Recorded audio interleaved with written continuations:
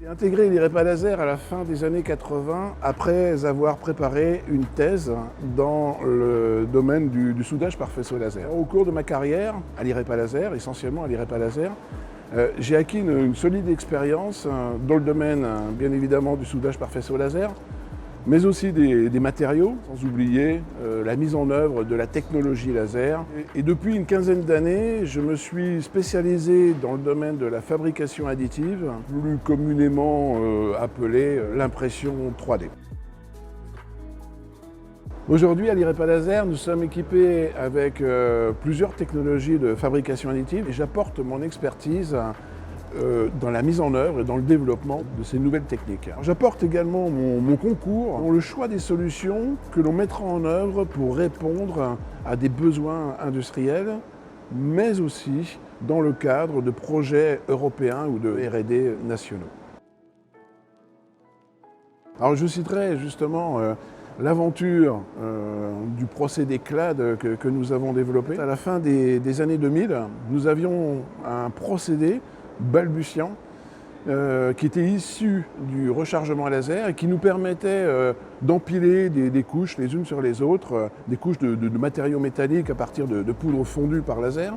On a été challengé par deux industriels français. L'un était Chromalloy France et l'autre était Dassault Aviation.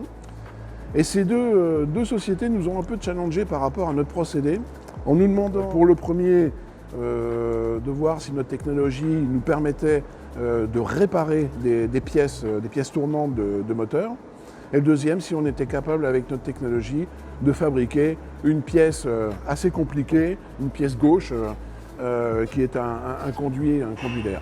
Tout ça nous a permis en fait de développer des outils très spécifiques qui nous ont conduits à créer la société BIM à la fin de l'année 2012. BIM qui aujourd'hui revend des machines mettant en œuvre la technologie qu'on avait développée au sein d'IREPA Laser.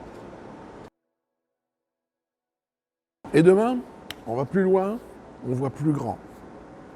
Alors quand je dis on va plus loin, j'entends qu'en fait on est en train de travailler sur de nouvelles technologies de fabrication additive, de développer et maîtriser une nouvelle machine mettant en œuvre ces technologies, mettre en place des nouveaux outils, des nouvelles méthodes, notamment au niveau de la chaîne numérique basée sur l'utilisation de la suite logicielle Siemens NX, de déployer de nouvelles solutions de modélisation thermomécanique et on est en train également de travailler sur le développement de nouveaux matériaux, par exemple des matériaux céramiques ou des matériaux intermétalliques.